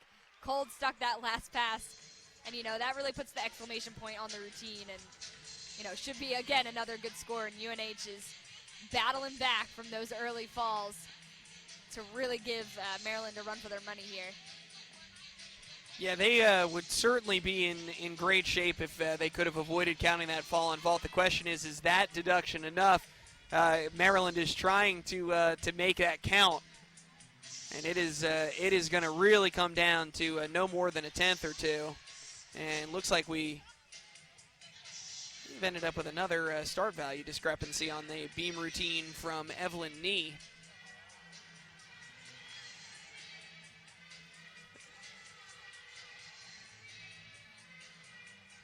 It's a 2/10 separation from the judges. I believe we had a 9.85 and a 9.65. And they will get together to discuss it. So we'll have a little bit of a longer wait on beam before Sarah Fowler will compete. Judges just sometimes they don't see eye to eye. I'm telling you, it's the Wednesday thing. Everybody might be a little bit off. You didn't have the full week to really get yourself mentally in the NCAA gymnastics mode. It's okay. So finishing up on floor in the meantime is Lexi Calandra. She's hit a new season and career high each of the last 2 weeks. She had a 9.875 last week against Air Force. She opened up with a huge front handspring, front double full that we saw from a couple other gymnasts so far. It's a super difficult pass, and she made it look easy. But it looks like we might be ready to go here on beam. Sarah Fowler patiently waiting by the beam. And they did, the judge that had it at a 9.9 bumped it back to a 10, so Nee got a 10th back and ends up with a 9.8. So already a very good beam set for Maryland, 48.825, and Fowler has a chance to improve on that. They can drop a 9.6, get over the 49 threshold. And if anyone's going to do it, it will be this athlete. She attacks this beam routine like no one I've ever seen before. Gorgeous lines. Handspring layout, step out, right up. And this will actually be her final event of the day. She is not a floor competitor. So for the senior, official last routine here inside the Xfinity Center. Handstand layout, step out. Takes a small step forward, but nice and solid. You know, at this point, you really just hope she enjoys this routine. Her last one, she's done so much for the program that she just wanted to get through a tiny, tiny of all tiny bobbles on that switch leap tuck full. She'll gear up for her dismount here. She'll go round off double full and gets the stick. So definitely the way you want to end your career as a home competitor inside the Xfinity Center with that beautiful round off double full cold stick. You'll get one more look at it here. Boom, exclamation point. There it is. Sarah Fowler, drop the mic. It was beautiful. Well, you certainly hope that is a moment that she'll hang on to, and you want to remember the feeling of that one, no doubt. Great way to finish up. And for Maryland, I mean, they are on pace to shatter their previous season high. They've got a chance to go over 196 for the first time this season if they put up a big number on floor, and really exciting to see it happen here at the right time with the Big 5 and Big 10 meet coming up.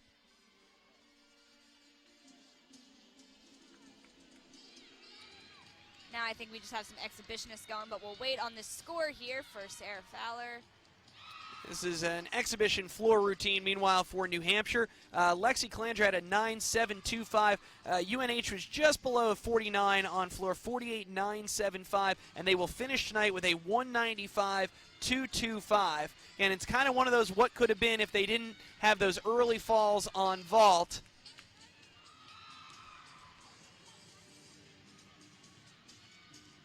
And the beam judges, boy, they are having a tough time tonight. This is the third time in 6 routines they've got to get together and figure out where they were off on the start value. Oh, but it looked like a quick figure out, so yeah. Wednesdays, man.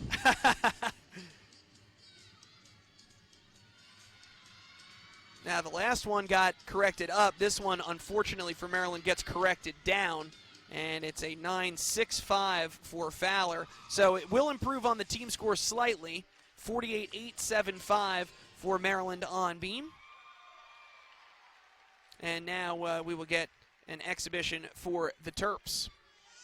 Deanna Magro, I believe she's been in and out of this beam lineup a few times, actually. But they've got some depth, so it's good to see her get out there. Handspring layout step out, beautiful. Especially being young, you just want as many routines under your belt as possible to kick things off. Because, next year they are losing Fowler in this beam lineup, so great to have someone that had a little bit of experience going into next year. So far, so good through this set.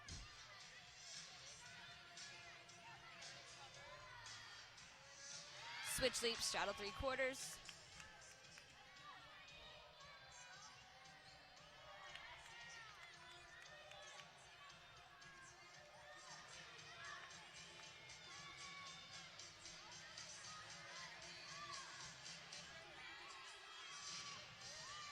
Round off, double full, ends up cutting it a little short and puts her hands down, but all good. Exhibition routine will not deter their team score at all, so almost pulled that one to the end there. It was a really great set just without that little touchdown on the dismount there. So we've got one rotation left here at Xfinity Center, and it's going to be an exciting finish as you've got UNH who finished up with a 195.225. They picked up a 10th on the Terrapins in that rotation with a 48.975 on floor. Maryland on beam, 48.875. The story of the rotation, though, Temple, new program record, 49.125 on vault. So they actually pick up a little bit of ground on both of the top two. And we'll see how it all shakes out. That's the beauty of the 5 meet, is the only time that everyone has competed the same number of rotations is when we're done with rotation number 5. So we're going to step away for one final break tonight and bring you the finish here from Xfinity Center in College Park. You're watching live coverage of Maryland Gymnastics on BTN to go. Welcome back, ladies and gentlemen. Kevin Kopp, Lauren Capone with you here on BTN to go. We are getting ready for the final rotation, and Lauren, as exciting as it gets, you've got New Hampshire already in the clubhouse with a 195.225, and you've got Maryland and Temple, which both have a chance to pass. The Maryland's got a very good chance if they go out and hit on floor the way that they have this season. Temple has an outside chance if they were to put together the bar set of the year, but it's within the realm of possibility. So very, very exciting here going to the final rotation. You've also got Westchester and William and Mary. Westchester has got about a point and a half, on William and Mary, as Westchester will finish on vault, William and Mary on beam, Temple on bars, and Maryland on floor exercise. Maryland's lineup: Megan McClellan, Kirsten Peterman, Lita Slobodin, Amanda Bertarello, Alicia Farina, and Emily Brockmuller.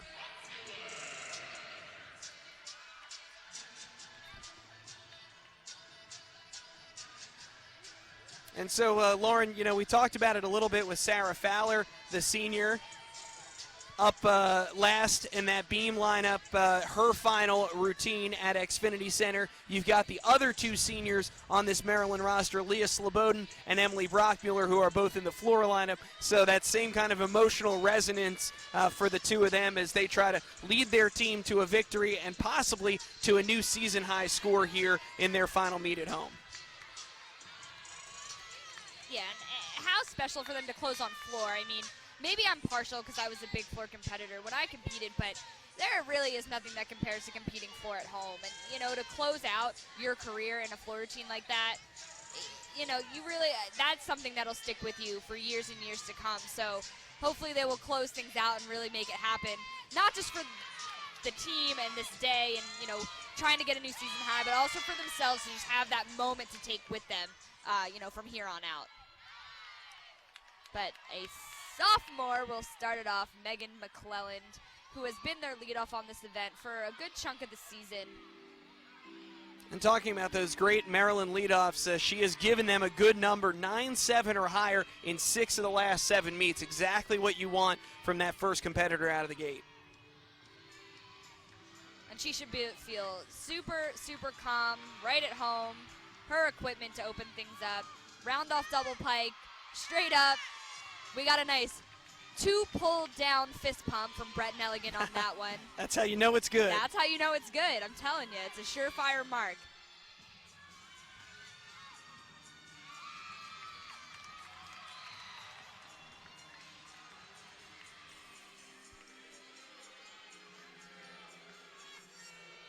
Layout front full, super clean. Her body shapes and her lines are just so nice.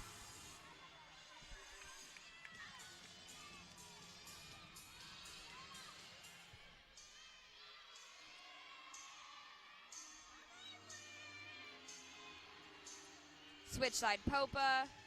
Looked all the way extended there. She'll have one more pass to bring it home here.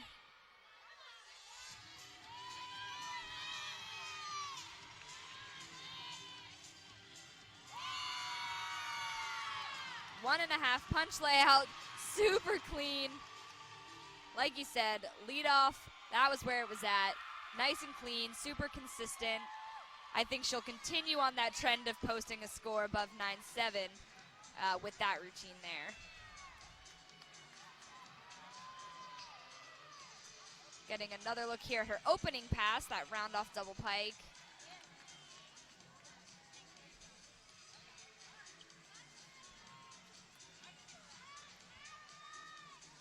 As we said before, she's clearly so comfortable with this routine at this point in the season. It's all those little things that they've been working on. You can see it in her straight legs and her toe point, and then that's the stuff that's going to get her those consistent 9-7, 9-8 plus scores.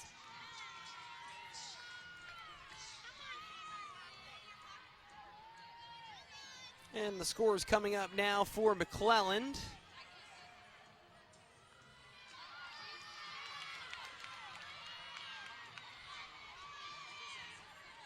Got a 9-8 and 9-7-5, so a very nice 9-7-7-5 for McClelland to start things off and set the table for Kirsten Peterman.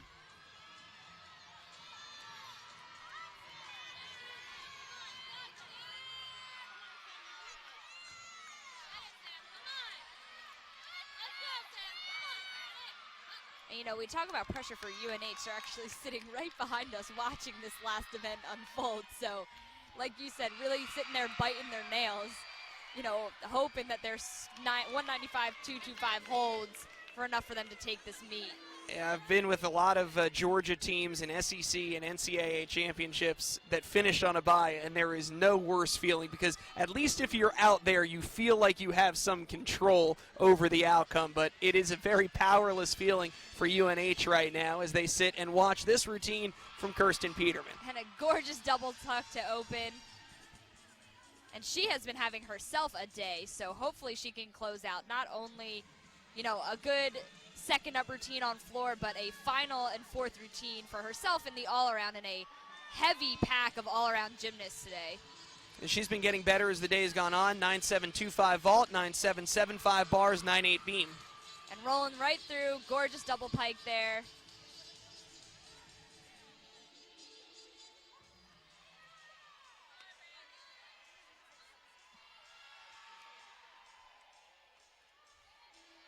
Makes it through her leaps, and you know, you might be able to see in the background a couple of these moving along with their Pride Night. All the girls on the sideline have some gloves that also have the Maryland flag on them, so another cool touch for them today. But this will be Peterman's final pass of the day. She does that 1.5 punch half down to the floor. Definitely better from the last time I saw her, and a great, great set from her. So that finishes up Peterman's day in the all-around, following the 9-7-7-5 to open from McClelland.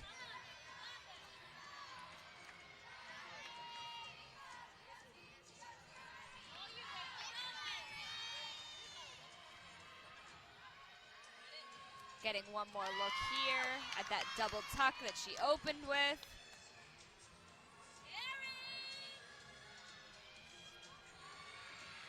And that final super unique pass. It's so fun. I think it's a huge crowd pleaser.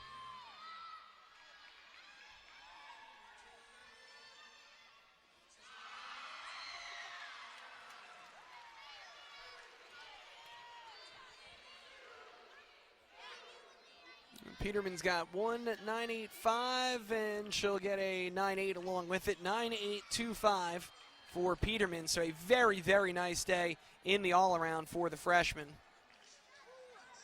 And a great score in the second slot. I mean, to go 9-8-2-5 in the second routine up, you know, builds that confidence for the rest of the lineup and really keeps things rolling. So, you know, good to watch the rest of this lineup. They've got a stacked floor lineup that comes in after this. I mean, the whole floor lineup has really come into their own this season. So expecting some big numbers and, you know, hopefully pushing over that mark that they need to get over.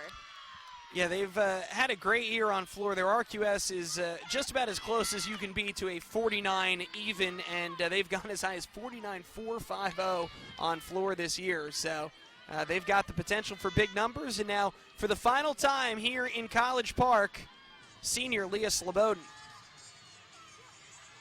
And we've talked about this before, but so much joy in this routine. You can tell how much she enjoys it. You know, opens with that huge front double full and steps right into that arabesque. And I don't think we even have to question whether she's enjoying this final routine, and she'll keep rolling through. Second pass here. Round off 1.5 punch layout.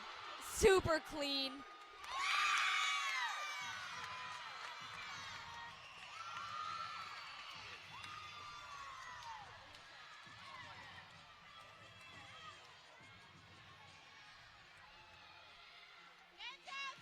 Switch side Popa. And with one more pass to go to bring this home. You see some of the team behind her doing the choreography. Definitely at this point in the season, everybody knows those routines in and out. Last one here for Slobodin. Gets the Rudy around. A little bit of a low chest, but a great final routine.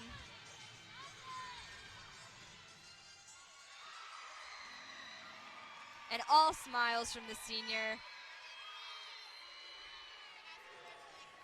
Getting the love from her team. Rolling through the lineup. They're 3 up, 3 down. Looking pretty good. Worth noting here, we must have had an inquiry score change on Brittany Capozzi for UNH. So that actually bumps the Wildcats up by half a tenth. So that number is now 195-275. And the road gets just a little tougher for Maryland.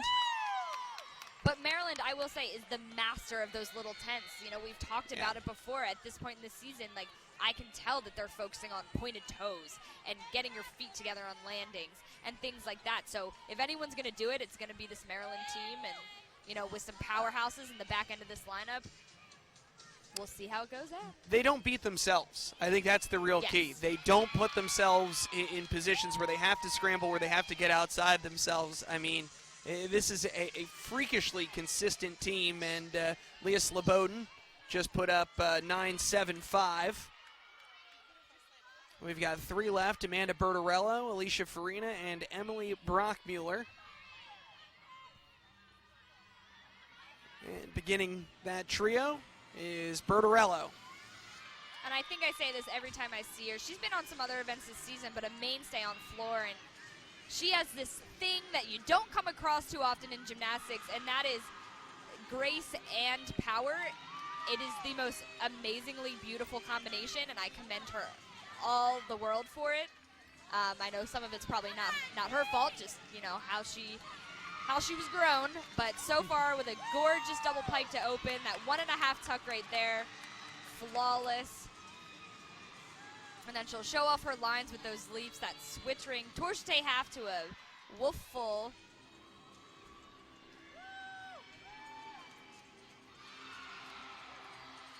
And another young athlete, not a freshman, but a young athlete for the Terps, has done big things so far in just her 2nd season.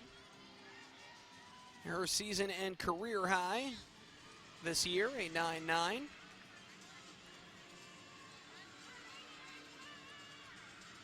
Round off handspring, double tuck to close, and a stick, and she might very well match that career high because it was a gorgeous, gorgeous set. I want everyone to do gymnastics like Amanda Bertarello, officially. Well, and the home crowd knows it was a good one, too, and you can see her teammates flood the floor. Really just spectacular work here. There's that opening pass. Nothing. It's everything. Everything you want in a double pike, that's what it is.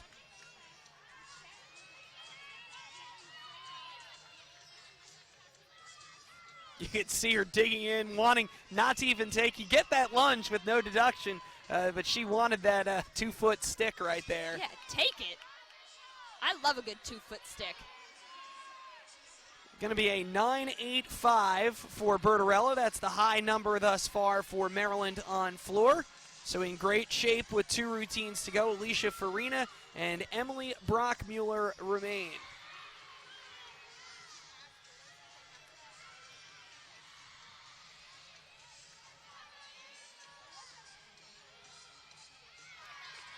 And Maryland certainly in the driver's seat. All they need is a 9.425 or better to clinch the meet.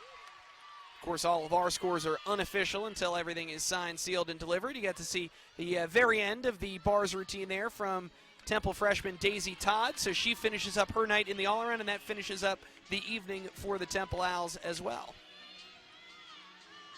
Back to floor now for Alicia Farina. Another huge double pike to open. Now this is a seriously powerful athlete. We've seen her on every other event, especially on vault. She has huge power, but this event I think is really where it gets shown off to its fullest. One of those Big Ten gymnasts to watch at the beginning of the season, and you can see why. Going for another 2-foot stick on that second pass, and you know, like we said, little tense, and that's one thing that stands out. You know, like you said, you don't get a deduction for that one step, but it sure does make a statement when you don't take it.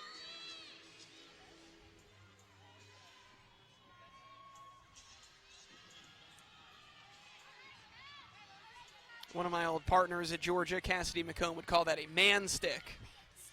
I love it. Boys get bonus, I think, for sticking like that, which I find somewhat unfair. But at the same time, they don't have the 10 system anymore, so we'll just let them do what they want. Final pass. Round off handspring, double tuck. A little bit of a step forward there, but other than that, not much to take. So should be another super solid score for the Terps. And that should seal the meet for Maryland, and it gets to be just a coronation for the senior Emily Brockmuller, who will finish the meet for Maryland.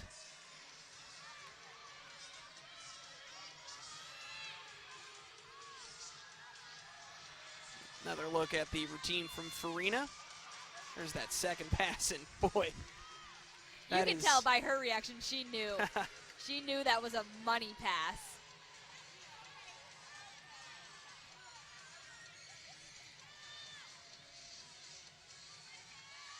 And it sets up Emily Brockmuller beautifully. And Emily Brockmuller, if anyone's going to do a grand slam here, it's going to be Emily Brockmuller. It is her event. It is where she explodes every single meet. And she can go up there and compete completely free. You don't have to worry about any pressure other than, I'm sure, the pressure she has on herself wanting to go out there and make this one count. She gets a deep breath and is ready to go.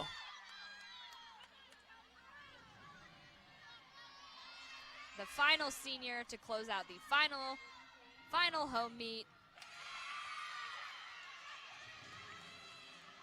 Emily Brockmuller opening things up.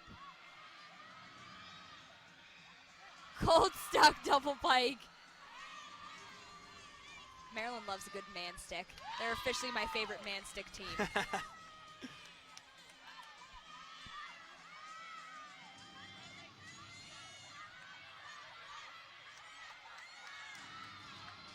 Second pass, back 1.5 punch layout.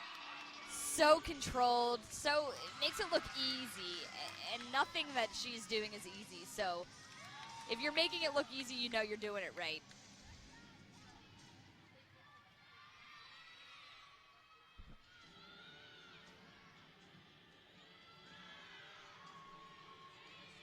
She'll have one more pass to go. She'll work through some dance here. Hopefully taken in this moment. Final routine here in the Xfinity Center.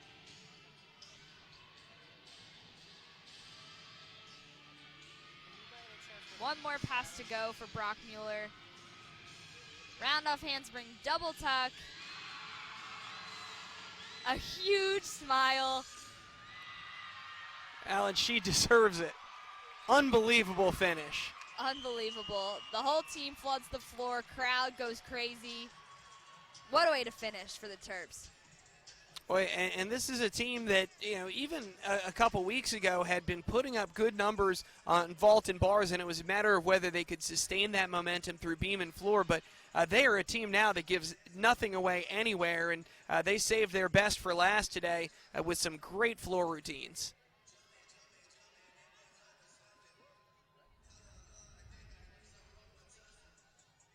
Getting the scores here for Emily Brockmuller as you get another look at that final pass. It is a 9.85 for Brockmuller.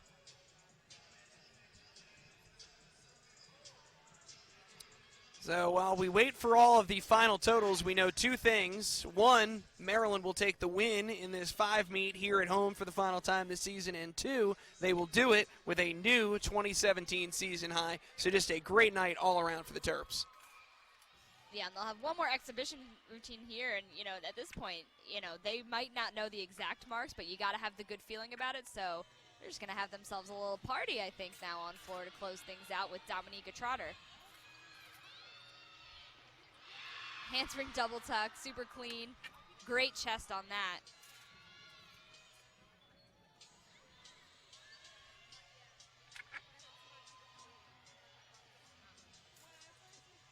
It's so great to see them actually get that mark. You know they've been working for it, and with a heavy schedule like they had, traveling so much over the past weekend even, let alone the past 13 days, like their assistant coach was telling me, that like assistant coach Aaron Dooley said, we just want them to keep doing what they're doing, and it's clearly working, and you hope that when they take this break and head into, championship season, that the break will do them even better, and they can keep this momentum despite having a weekend off this weekend. It's so impressive because when you get to this point in the season, Lauren, you just have, even if it's not injuries, it's just those nagging aches and pains and bruises, and they're fighting through all of that and all of the accumulated fatigue. They've got a lot of freshmen that are going through a collegiate gymnastics season for the first time. This is nothing like what you do in club gymnastics, and they are looking stronger and stronger. They are like bionic. Yeah. And that's when you got to give a note to Brett Nelligan, because whatever he's doing and whatever he has told them about making it through this season is clearly working. That's a 7th hit for them on floor that's going to score big. Dominica Trotta did a great job through that entire routine. She had clean landings, clean tumbling, clean dance.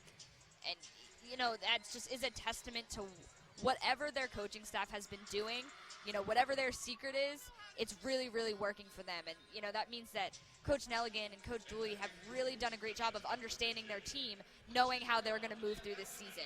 And it's all coming to fruition now, and it's so great to see.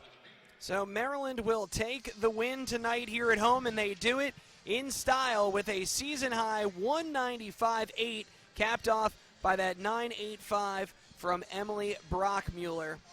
New Hampshire will take second with a 195.275. Temple takes third with a new program record, 194.9 for Temple, just a 10th off of the program's first ever 195 in the same year that they got the program's first ever 194. Westchester will take fourth, 193.125, and William and Mary will take fifth with a 191.050. So, Lauren, it's a great night for Maryland, but you look up and down. New Hampshire will be a little bit frustrated about what happened on vault early in the night, but they picked it up on bars, beam, and floor. But hey, you look at even a team like Westchester and a team like Temple especially pick up big road scores for their RQS and should help them out as they get ready to compete in the postseason in just a few weeks. Yeah, great day all around. Everyone just, you're seeing people hit that stride. And I know I've said that earlier in the broadcast, but hitting that stride and just having that confidence, there's no question now about whether people are going to hit routines. That's not the issue anymore. Now it's just how you're going to piece together these lineups and how momentum is going to build from one event to another, from one gymnast to another, to get those big scores that we're seeing, and everyone hitting season highs, not just overall, but on individual events, and even individual event highs are really going to take you farther. So all around, great job from all 5 teams here tonight. For a Wednesday night, I'm sure everyone was feeling a little off, but they really showed up, and they showed some great gymnastics. Well, that will do it from us at Xfinity Center in College Park. I want to thank our BTN crew. They have been fantastic all this season, and we certainly have enjoyed getting to be a part of these broadcasts and these productions as well. I want to thank my partner, Lauren Capone. On behalf of all of us here at BTN To Go, this is Kevin Kopp saying thanks so much for watching. Good night, everybody, from Xfinity Center in College Park.